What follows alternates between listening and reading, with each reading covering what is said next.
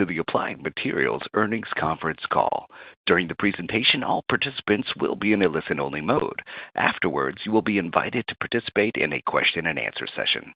I would now like to turn the conference over to Michael Sullivan, Corporate Vice President. Please go ahead, sir. Good afternoon, everyone, and thank you for joining Applied's third quarter of fiscal 2024 earnings call. Joining me are Gary Dickerson, our President and CEO, and Brice Hill, our Chief Financial Officer. Before we begin, I'd like to remind you that today's call contains forward-looking statements, which are subject to risks and uncertainties that could cause our actual results to differ.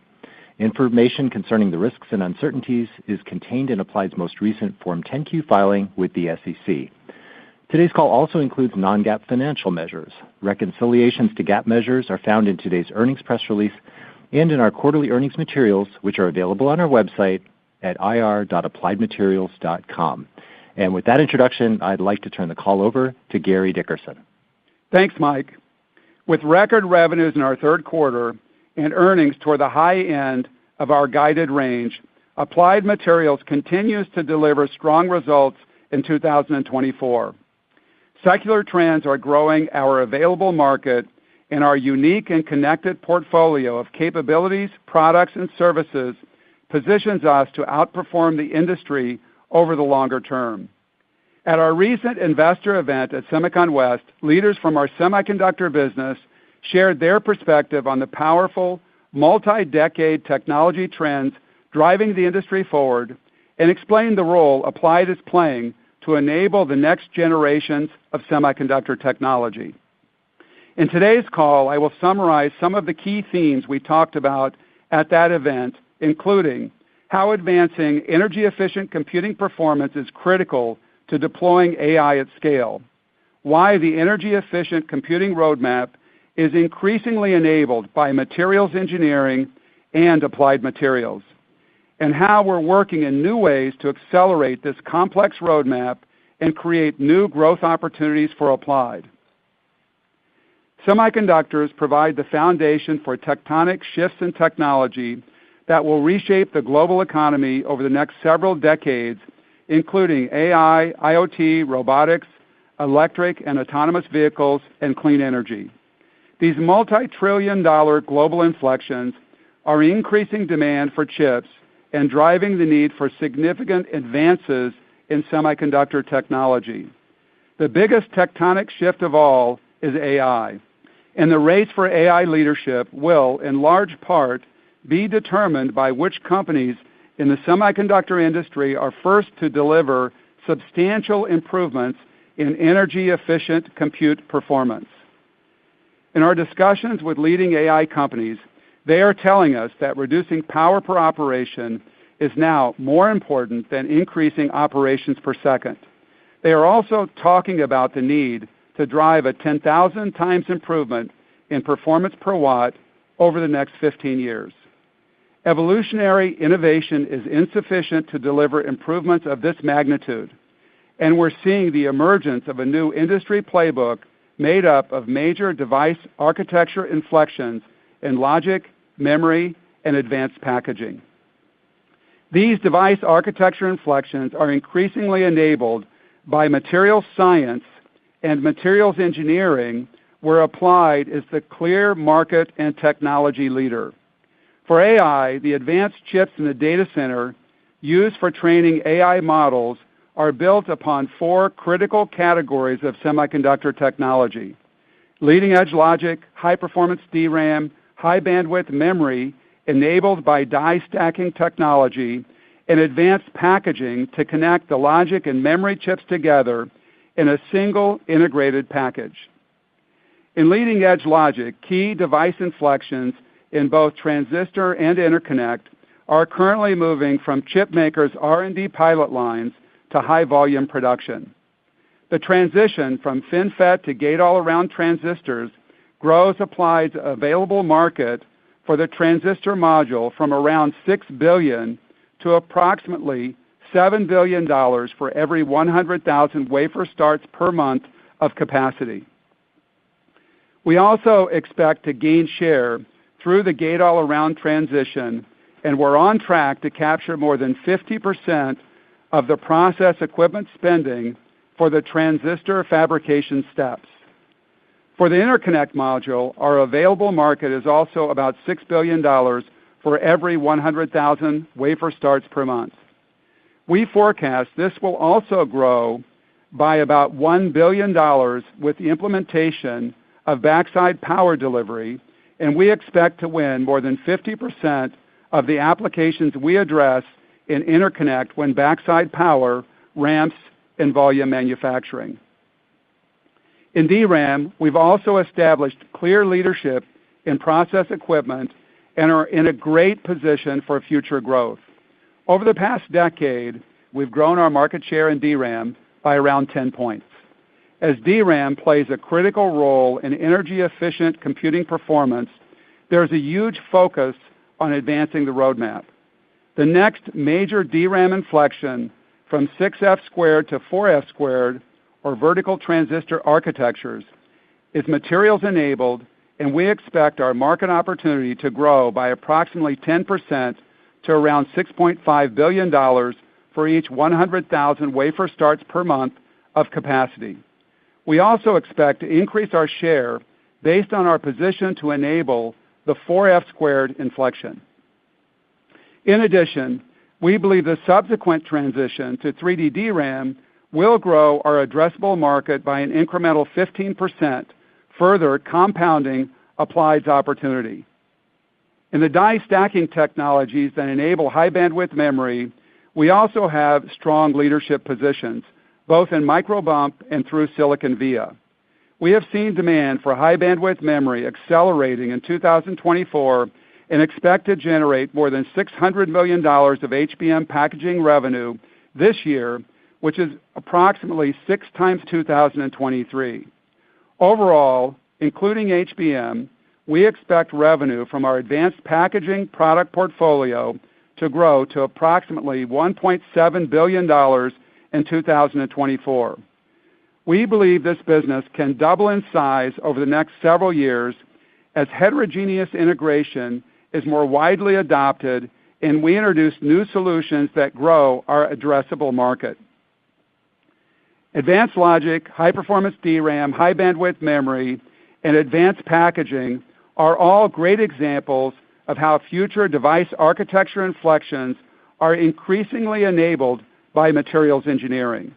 As a result, we expect materials engineering as a percentage of total wafer fab equipment to grow in both logic and memory through the coming node transitions.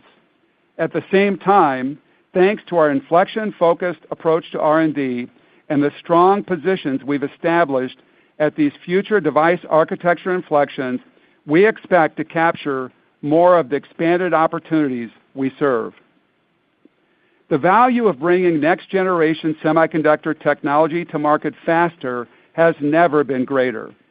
At Applied, our strategy and investments are focused on accelerating the industry's roadmap to support the highest growth rate global inflections, spanning AI data centers, edge AI and IoT, robotics, electric vehicles, and clean energy. This strategy is enabled by 3 pillars. First, we have built a broad, unique, and connected portfolio of highly enabling technologies, as well as providing traditional best-in-class unit processes. We can co-optimize, combine, and integrate our technologies to deliver more comprehensive solutions that address higher value challenges for our customers. These integrated fab-in-a-fab solutions have grown from approximately 20% of our semiconductor products revenue in 2019 to around 30% today. We expect demand for our integrated products to continue growing, both at the leading edge and from our ICAPS customers who are serving specialty markets. Second, we are changing the way we work inside and outside the company.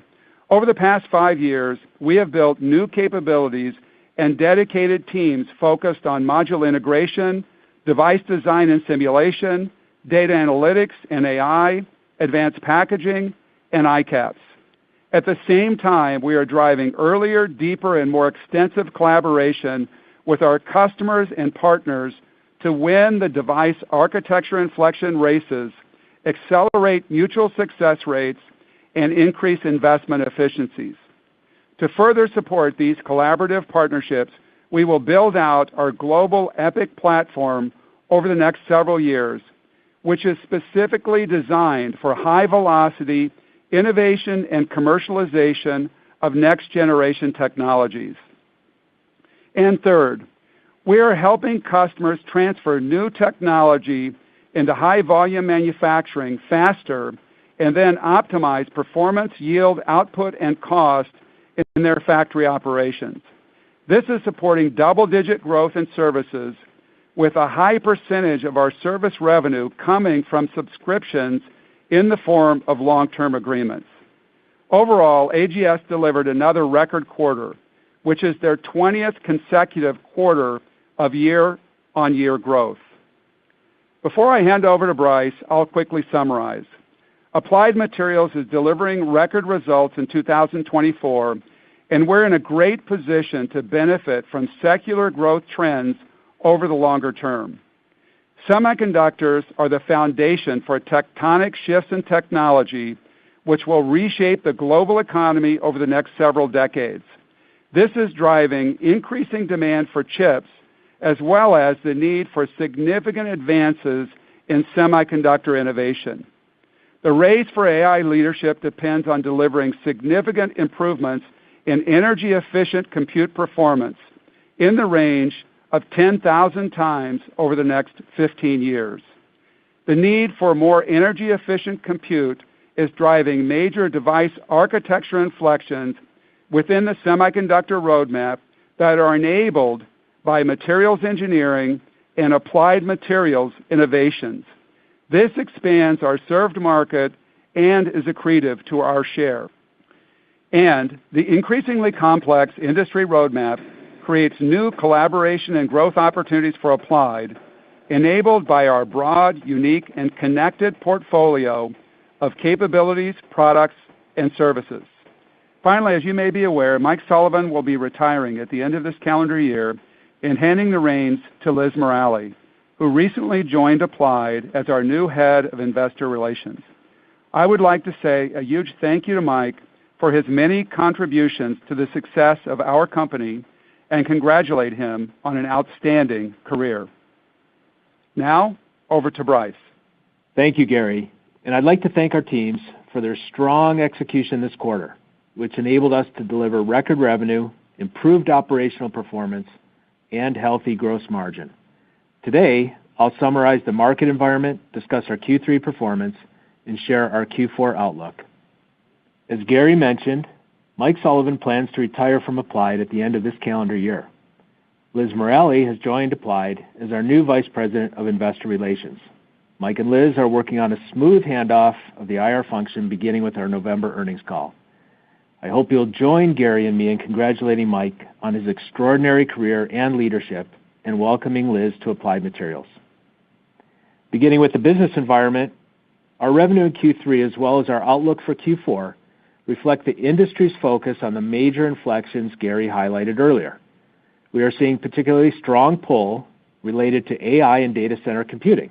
Specifically, our DRAM system shipments remain strong, even as DRAM sales in China decline as anticipated.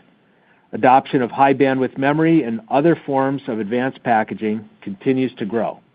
And in foundry logic, leading edge investment is growing each quarter and becoming a larger percentage of our mix while ICAPS demand remains strong overall. Turning to our Q3 performance, we delivered record revenue of $6.78 billion, which was up 5% year over year, with growth in all three segments. Operationally, we saw improvements in a number of key metrics such as manufacturing cycle times, linearity, and on-time delivery.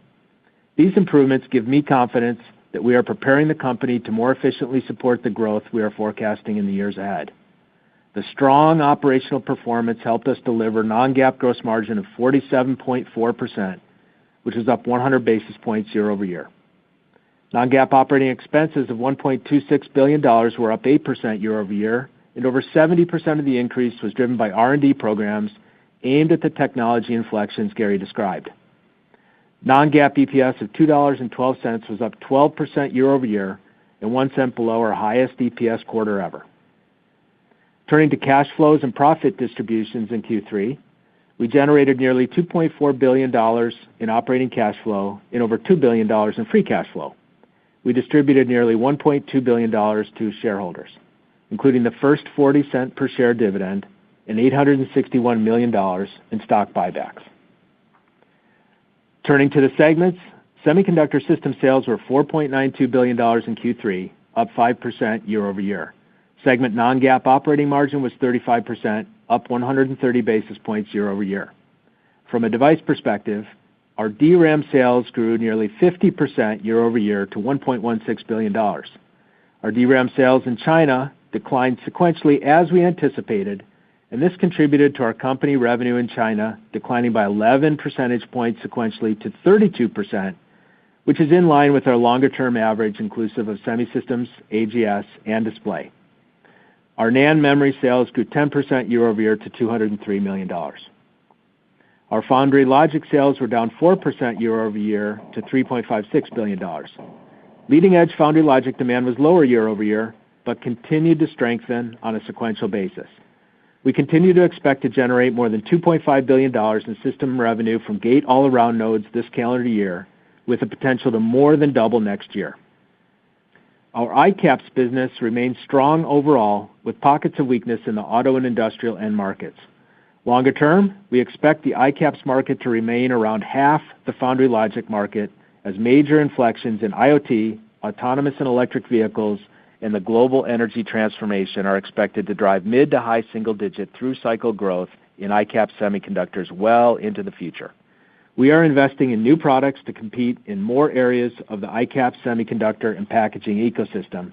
We are also working with our customers to enable new power and sensor device architecture inflections using our co-optimized and integrated material systems. Next, Applied Global Services delivered record revenue of $1.58 billion in Q3, which was up 8% year over year. AGS recurring parts, services, and software revenue grew more than twice as fast as overall segment revenue during the quarter. AGS non-GAAP operating margin of 29.6% was up 230 basis points year over year, and non-GAAP operating profit was a record $467 million. From a business perspective, customer factory utilization continued to strengthen during the quarter across memory, foundry logic, and advanced packaging.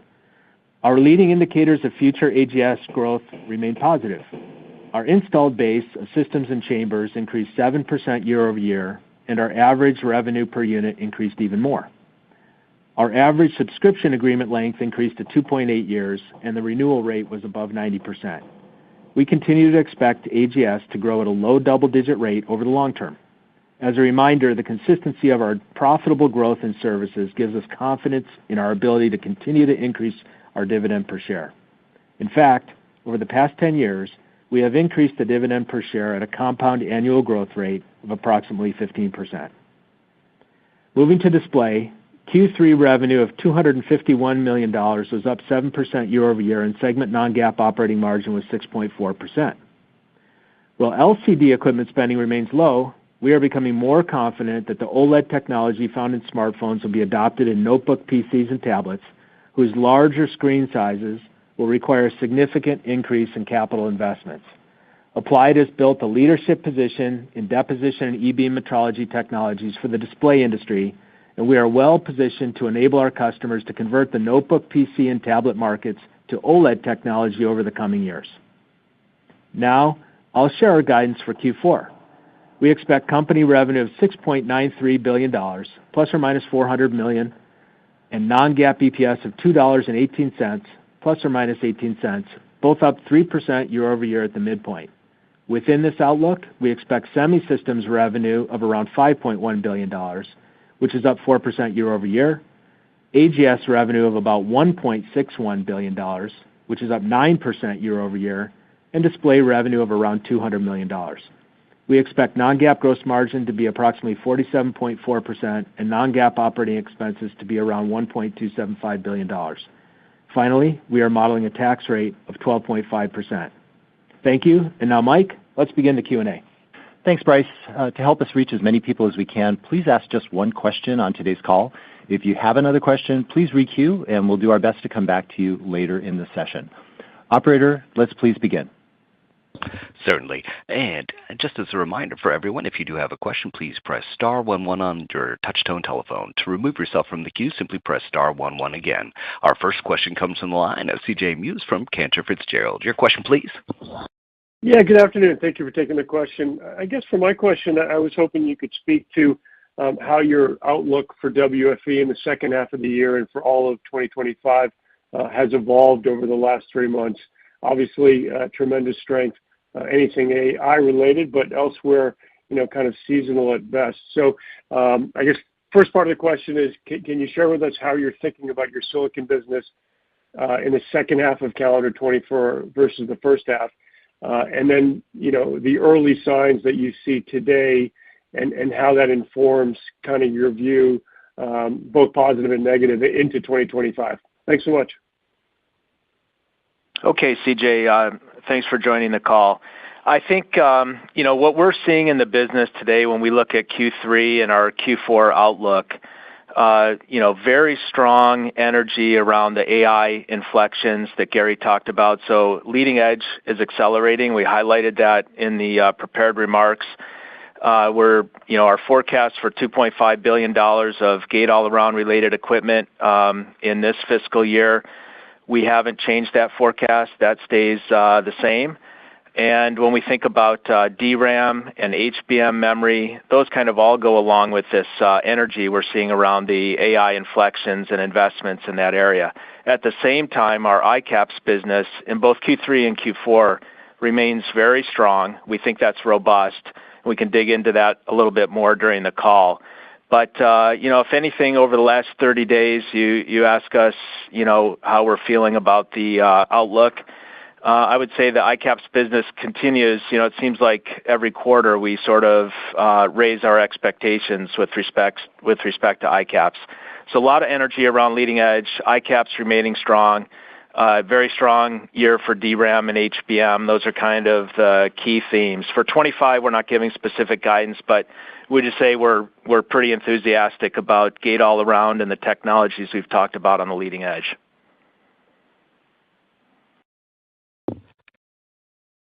Thank you. And our next question comes from the line of Stacy Rasgon from Bernstein Research. Your question, please. Hi, guys. Thanks for taking my question. I wanted to dig into the China revenues a little bit. So 32% of revenue this quarter. Sounds like a lot of that was DRAM. I guess that's what was it all DRAM? And then in the guidance for next quarter, and I guess your expectations going forward from there, do you expect the China mix to be staying around these levels in the low 30, or does it go higher or lower? Is there anything else going on with China that we need to be aware of?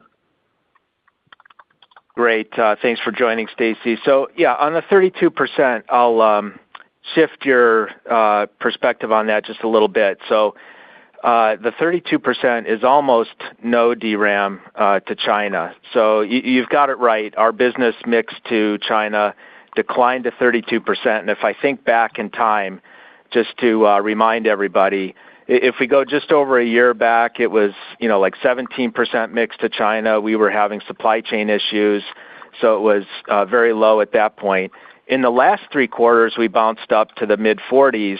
Well, we served the DRAM that we could ship, and that's the prior 3 quarters. And we feel this quarter, 32% is probably normal for us, or in the normal range for us. That's across our entire business for shipments to China. And what it really represents is ICAPS. And the ICAPS market, in total has been very robust. We think it'll be a record year in our fiscal year for ICAPS. And China also, we would call it robust. We're adding customers, utilizations are improving. It's a wide variety of products and factories. So, we think that market is robust both in Q3 and in Q4. So that gives you a sense of what's happening for us. And then next quarter, we'll have a small amount of DRAM, but nothing like we've had the prior 3 quarters. So it's fair to say you still see the mix in the low 30s next quarter to China? Yeah, we expect that mix approximately normal, which we call 30 for the next quarter, yes. Got it. That's helpful. Thank you, guys. Thank you. you. And our next question comes from the line of Srini Pajjuri from Raymond James. Your question, please. Thank you. Bryce, just to follow up to the previous question on China DRAM, obviously you said it's near zero levels. Can you talk to your visibility as to when, if you're seeing any, hope on the horizon? Do you expect DRAM to come back at some point in China? And then also ICAPS, you said the demand is pretty strong in China. Can you talk to what kind of trends you're seeing outside of China for ICAPS? Thank you. Yes, thanks, Srini. Thanks for joining. The China DRAM in Q3 and Q4 will be at nominal levels.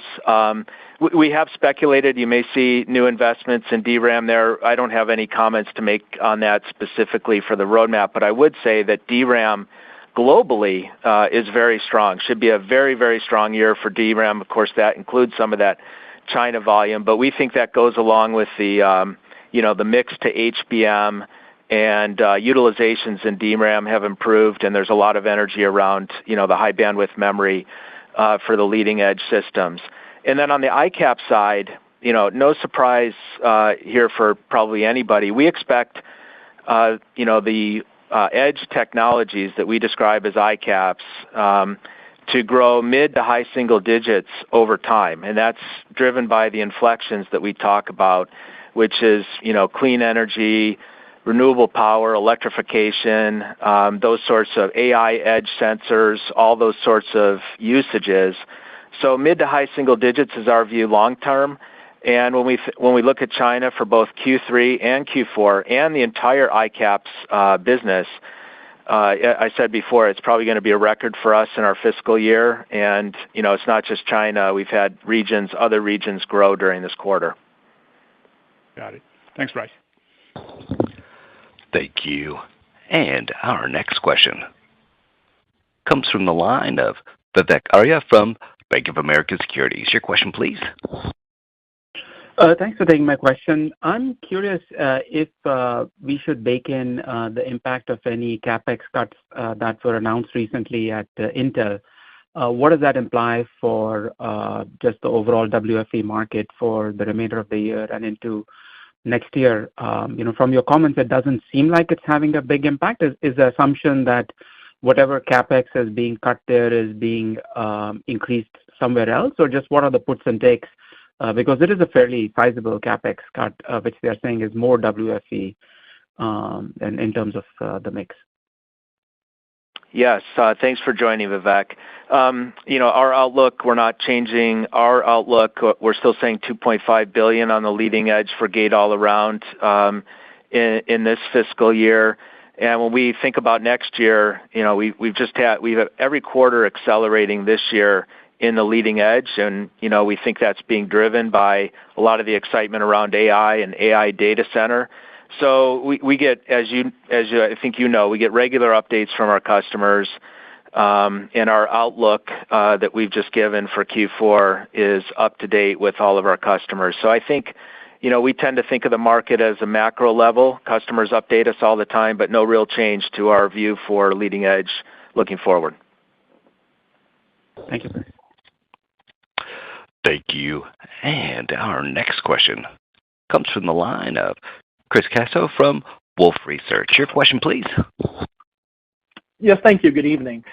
Question is on foundry logic, and perhaps you could give some color on the growth you're expecting into 25, driven by some of the new process nodes such as gate-all-around, as compared to capacity, because we know foundry capacity additions have taken a pause here. Are you seeing any signs of that starting to improve either as you go through the second half of 24 into 25?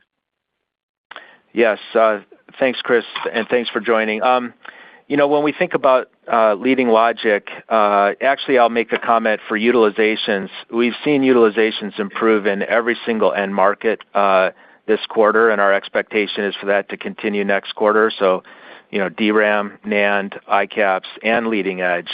And, no change to our expectation on absolute leading-edge investment, gate-all-around technologies, not changing our number for this fiscal year.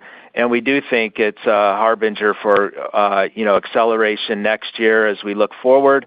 We're not giving a guide for 25, but we think there's a lot of energy around the AI markets, and we see that in HBM, we see that in DRAM, we see that in leading edge acceleration. So we'll hope that those trends continue.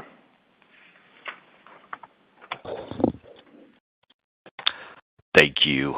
And our next question comes from the line of Krish Sankar from TD Cowen. Your question, please. Yeah, hi. Thanks for taking my question. Gary or Bryce, I'm kind of curious about, I know you don't want to comment on next year, but qualitatively, if there's optimism on DRAM and NAND WFE growing. But if you strip out HBM, you're beginning to see big demand in memory pricing, moderate for DDR and NAND compared to the first half of this year. So I'm curious how to think about DRAM and NAND WFE next year relative to this year, and what end markets actually drive that spending next year. Okay, Chris, you're right. We won't give a guide for 25 specifically, but we do think that DRAM, even outside of HBM, we do think that DRAM will put new capacity in place, so we expect investment in DRAM. There has been additions in wafer start capacity in DRAM, and there's more allocation of the DRAM capacity to HBM, as you sort of highlight. So the investment level there is higher than NAND. Looking forward to NAND still, it still remains fairly low, but we did see, as I highlighted, utilizations improving. I would call them, probably normal range for both DRAM and NAND. We see prices improve. We saw inventory positions improve at the vendors. So we think it's a more positive environment looking forward than prior quarters for actually both memory technologies. Thanks, Bryce. Thank you. And our next question comes from the line of Joseph Moore from Morgan Stanley. Your question, please. Great, thank you. Looks like you had some good, solid growth from the services business. Again, are you benefiting there from the utilization increases in memory that you just talked about? Are you seeing offsetting utilization declines on the ICAPS services side? And then any indication of, customers worry about export controls, stockpiling on spares, anything like that? Just any puts and takes around that service growth. Thank you. Hi, Joe. Yes, thank you. Services business, very exciting for us. We grew 8% year over year in Q3, 9% is our expectation for Q4. And just a reminder for everybody, we expect low double-digit growth going forward. We're expanding our services book with customers, kind of getting into information, AI-related services that help them ramp, et cetera. We actually did expect a little more growth in Q3. We had thought we would grow double digits this year. We're just short of that, and it's because utilization, while it grew a little bit less than or a little bit slower than we thought. So there's good news here. Utilizations are improving across the whole system, 8% year-over-year growth for us, and we expect that to pick up, as I highlighted, as we go into Q3 and looking forward. And just, one other comment just for the rest of the investors. The other thing with this business, since it's mostly recurring revenue for us, about 85%, that gives us a very stable operating profit and growing. And so we think about our dividend as being enabled by the profits from the services business, and that gives us confidence we'll be able to raise our dividend looking forward. Hi, Joe. Just maybe a little bit more color. If you look at what really all of our customers are focused on, there's a race for these new device architectures, and the complexity is going up a significant amount. And in the prepared remarks, I talked about 30% of our tools are these integrated platforms that have a high degree of complexity.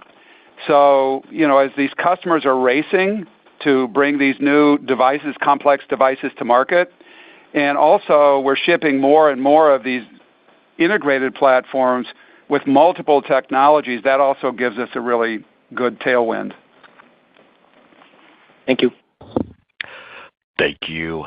And our next question comes from the line of Joe Quatrochi from Wells Fargo. Your question, please. Yeah, thanks for taking the question. I wanted to ask about the advanced packaging. I think based on the revenue expectations you have for HBM and advanced packaging, it imply basically that the non-memory advanced packaging relatively unchanged year over year. So is that the right way to think about it? And if so, why wouldn't that grow this year? I think so, Joe.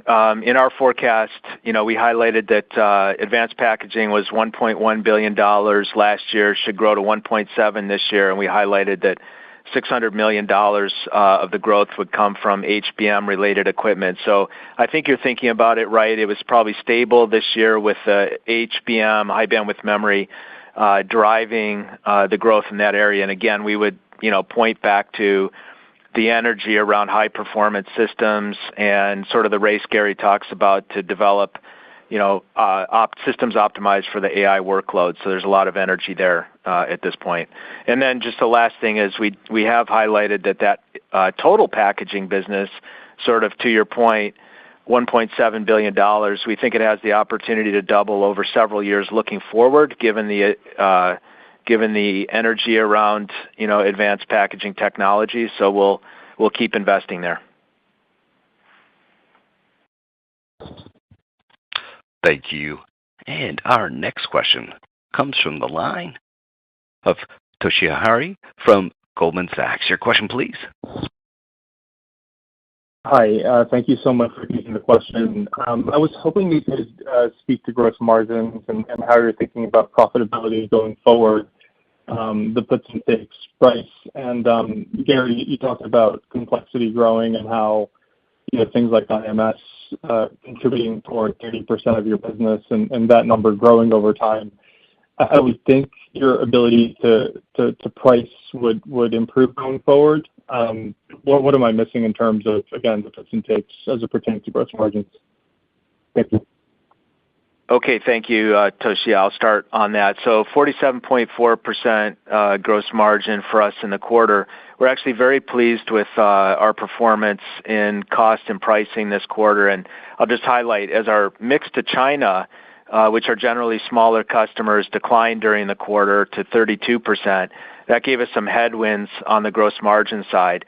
We were able to get some pricing performance and also some cost improvements and improvements in managing our inventory that helped us offset that mix decline and deliver 47.4% in the quarter. Since the China mix is 32%, we call that normal. I'll say now that 47.4 should be approximately our baseline level. And then we look forward. We've talked about a goal of getting to 48 or higher next year. That's still our goal. We think we can make improvements going forward. There's a couple of headwinds. If services or display grow faster than the core business, that can be a headwind. But that's still our goal, and we think we'll continue to make cost and pricing improvements. And then Gary on them. Yeah, Toshiya, again, our focus is really to enable our customers to accelerate their innovations for these new architectures, especially around AI data center. That data center will pass smartphones and PCs relative to wafer starts. Everybody is focused on energy-efficient computing. So these inflections are incredibly important for the entire ecosystem. Whoever gets there first wins big, and everybody else is left behind. So we're driving tremendous innovations in foundry logic, leading edge, high bandwidth memory, DRAM. There's new architecture inflections. I talked about 4F squared, advanced packaging. So our positions in all of those inflections are very strong. We're on track to capture more than 50% of the inflection spending as those new devices ramp. And our goal is to move the needle for our customers and for Applied, and that includes how we drive value for them and how we drive our margins higher. Thank you. Thank you. And our next question comes from the line of Harlan Sur from J.P. Morgan. Your question, please. Yeah, good afternoon. Thanks for taking my question. So as we look at those companies that are pushing the absolute limits on advanced manufacturing technologies like 2 nanometer, and 3 nanometer, and they're maxing out their reticle field limits. They're also pushing advanced packaging technologies. They're designing, these are the guys that are designing the AI and accelerated compute GPUs, ASIC accelerators, for example. So what we're hearing is that most of today's designs on these next generation chips are targeting tape out second half of 25 and beyond. They're specifically focused around these new 3D SoIC architectures, so using hybrid bonding, chip stacking approach, 3 nanometer on 3 nanometer die, 2 nanometer die on 3 nanometer die. The manufacturability challenges here are pretty significant, right? But similar to your front-end integrated solutions, the team has been working on an integrated hybrid bonding system with some of your partners. What's the timeline for introducing these integrated solutions, and will you be trying to intercept these next generation of 3D SoIC solutions coming to market, let's say in the 2026 timeframe? Oh, hi, Harlan. Thanks for the question. So heterogeneous integration is one of the biggest areas of focus for Applied and for the entire industry. At our AI event, along with AMD at Semicon, there was a discussion around driving 100x improvement in energy-efficient computing. So again, this is the big race that everybody's focused on, and certainly packaging is a key part of that. So we're in deep engagements, really, multiple technology nodes, 5-10 years out into the future, and there's going to be tremendous innovations. If you look even at new DRAM technologies like 4F squared or high bandwidth memory, you're going to see adoption of hybrid bonding technologies that are going to be really important for those parts of this ecosystem. And you mentioned what's happening from a logic standpoint. So I think the great thing for Applied is we have this broad portfolio in packaging.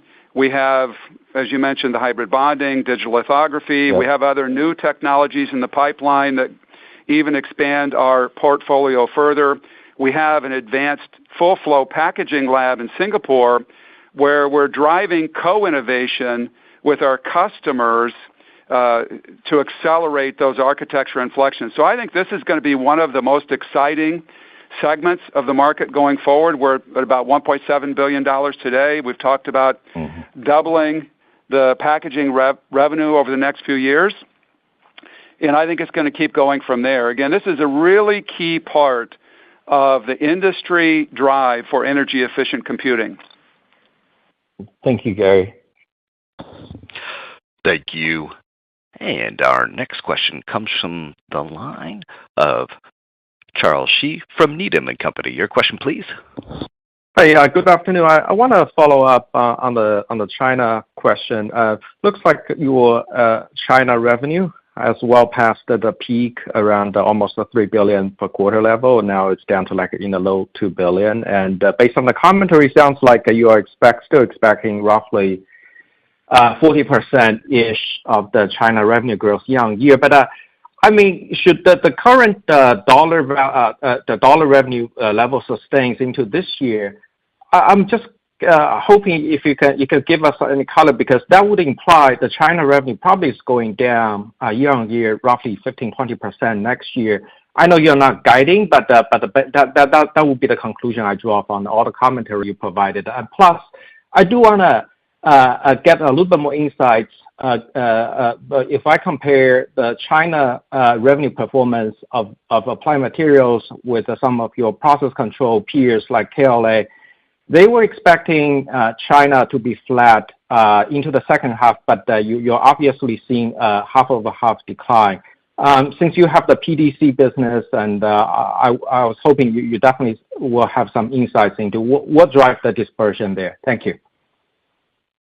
Okay, Charles, thanks for joining. I think I would separate between ICAPS, the edge technology markets, and the DRAM market for China. We had 3 quarters with elevated shipments that we described where we caught up on what was allowed from a DRAM perspective. If you separate that out, we're currently not expecting that to repeat, at least nothing near that magnitude for next year. So that leaves us with the ICAPS market.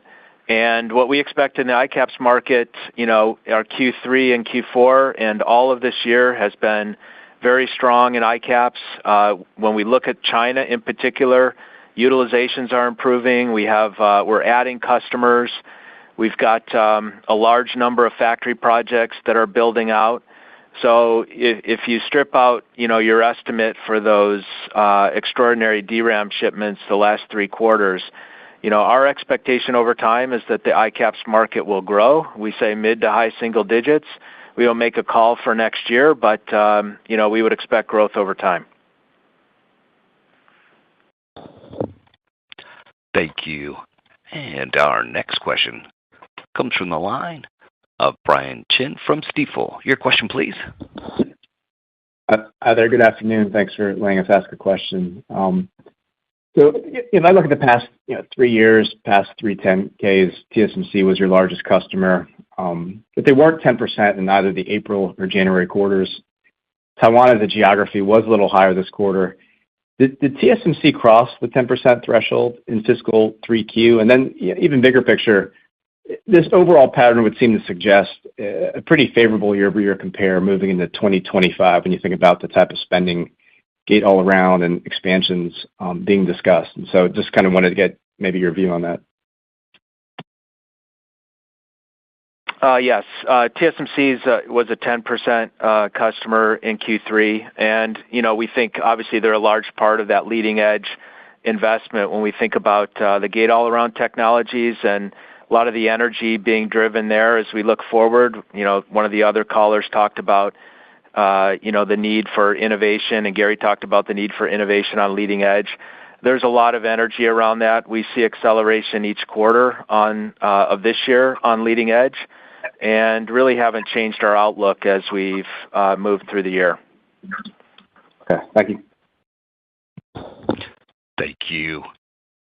And our next question comes from the line of Blayne Curtis from Jefferies. Your question, please. Hey, thanks for letting me ask a question. I was maybe a little confused on some of the history with ICAPS and the strength. I thought you were talking about last quarter, that segment kind of being down slightly, and I think you just said mid to high single digits. So maybe I have my reference point wrong, but also maybe it'd be helpful if you could just talk about the growth you saw in July, 15% sequentially for Foundry Logic. If you just relate that to leading edge and ICAPS, I think the perception is leading edge is very strong, but it sounds like your comments on ICAPS are suggesting that ICAPS is also strong. But then I'm trying to put that all with like the comment that it's going to be 50% of the mix, which I thought that business was running a lot higher. So if you can kind of just help with a little history and then how July played out would be helpful. Yes, thanks, Blayne. So in the quarter, we did see strength in both end markets, leading logic and ICAPS. Leading logic is accelerating every quarter this year, and we said ICAPS is very strong and continues to be strong throughout the year. This will probably be a record year for us in ICAPS for our fiscal year anyway.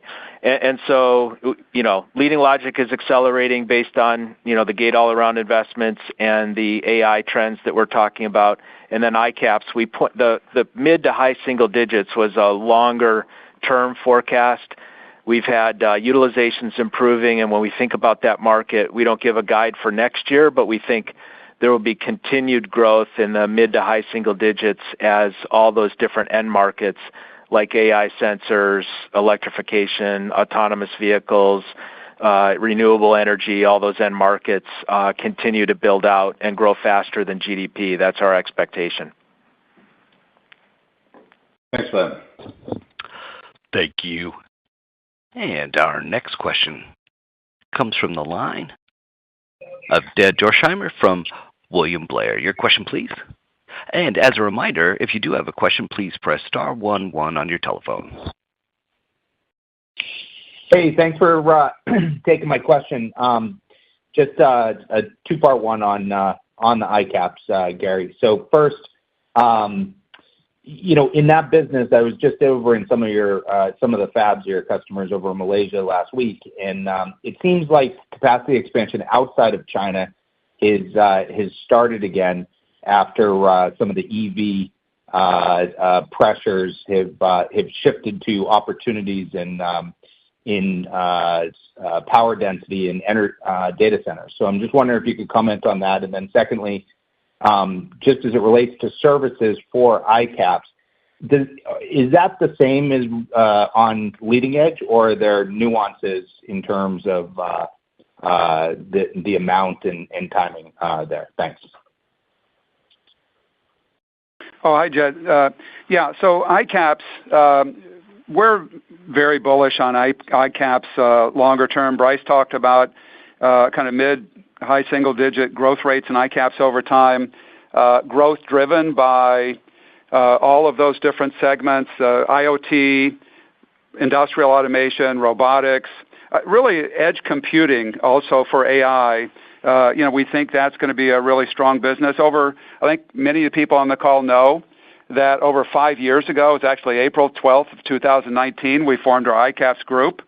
And since we formed that group, just to focus on that market for IoT, communication, auto power, and sensors, we've had share gains in that market. We've introduced more than 20 major new ICAPS products. And this group is just completely focused on innovation in those device segments. And there are races that are happening there. Your comment on what's happening on the different device segments. If you look at power electronics, there will be some major architecture inflections that will happen there that are important for electric vehicles and renewable energy. And we have an ICAPS architecture innovation group co-innovating with our customers on those new ICAPS architectures. That's part of the strategy that we built over the last 5 years. We have new products that are in the pipeline that will serve large ICAPS new segments and new products for cost-competitive applications. So, again, it's been a big focus for us over a number of years. We've built tremendous capabilities. From a service standpoint, ICAPS is also a good market for us. And that's part of that overall growth opportunity for us, not only on systems where we've gained a significant amount of share. I'm very positive on how we're positioned. The actions that we've taken, I think, really position us going forward in ICAPS. Bryce, I don't know if you want to add anything else. No, I would just say that 2 of our regions grew during this Q3. So, if the question is there investment in other areas of the world? Absolutely. And, we expect that to continue. Thanks for the question, Jed. And operator, we have time for 2 more questions, please. Certainly. And our next question comes from the line of Mehdi Hosseini from Susquehanna. Your question, please. Yes, thanks for taking my question. Just a very quick follow-up for Bryce. If you could give us an update with the progression towards the 48-49% gross margin target, I assume that's for fiscal year 25, and how the funding for the EPIC R&D Center, which I think is a $4 billion project, is going to impact those targets. Thank you. Okay, thanks, Mehdi. So the update, the gross margin at 47.4, we expect to make, we talked about very gradual improvements as we work towards that 48, and that would still be my expectation. You see, actually, the movement between last quarter and this quarter was modest. We, fought those headwinds that we had from a mix perspective. On the EPIC, we did get the notice that we're not getting the grant, but EPIC, that's an important platform for us. It stands for Equipment Process Innovation and Commercialization. It's going to allow us to accelerate co-innovation with all of our customers. We are continuing with that investment. It will elevate our CapEx as we look forward, and we are benefiting from the investment tax credit that's related to those types of projects. So we still do have some help from the government from that perspective. And just a couple other modeling notes since we're on CapEx. So as we look forward, the CapEx will for the EPIC Center and in general will be at a higher run rate than we've had in the past. If you look forward in your modeling, just wanted to highlight that Q1 will be our normal step up for pay-related increases. and that you can look at the history to see what that step up should look like if you're modeling that. And then the last piece would be our tax rate. Tax rate at next year expectation will be 14% versus the 12.5 this year, as more of our worldwide mix will be U.S. related, so that will change the tax mix. So thanks for the opportunity to get those in there. Yeah, Mehdi, this is Gary. Maybe just a little bit more color on EPIC. As we've talked about, the whole industry is in a race to be first to market to deliver innovations for energy-efficient computing. So, we, in discussions with our partners, our customers and partners, we really believe that EPIC can enable us to innovate the way we innovate, really innovate in parallel. So accelerating both for our customers and partners and for Applied, our ability to bring those energy-efficient innovations to market. So, the concept, we're getting tremendous traction and pull with our customers and partners. We also think of EPIC as a global platform. So where we make investments is going to be based on incentives, talent, proximity to innovation ecosystem. So we are moving forward for sure with this EPIC concept. Very good traction with customers. And again, over the last several years, we've built out this innovation engine inside Applied Materials. We have architecture innovation teams that are working on ICAPS. They're working on foundry logic and DRAM and packaging. We have this unique and connected portfolio of materials innovations that are crucial for all of those major inflections.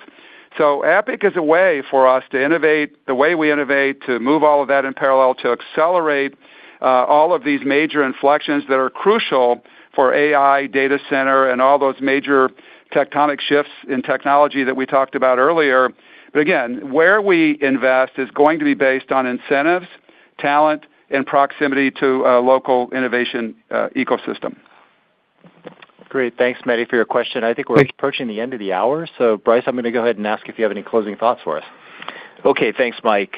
From my perspective, I'm pleased that the investments we've been making in the technology roadmap inflections and also in our operational capabilities are showing up in our financial results this quarter on both the revenue and gross margin lines. I believe we've put the company in a great position to grow along with megatrends like data center AI as a whole host of new technologies come to market across leading-edge foundry logic, DRAM, advanced packaging, and ICAPS specialty chips. We have the fuel we need to keep driving the materials engineering roadmap with our customers while also distributing profits to our shareholders through dividends and buybacks. Gary will be at the Goldman Sachs conference in San Francisco on September 11th, and I hope to see many of you at the Citi conference in New York on September 4th. Mike, thank you, and please close the call. Okay, thanks, Bryce. And we'd like to thank everybody for joining us today. A replay of today's call is going to be available on the IR page of our website by 5 o'clock Pacific time. Thank you for your continued interest in Applied Materials. Thank you, ladies and gentlemen, for your participation in today's conference.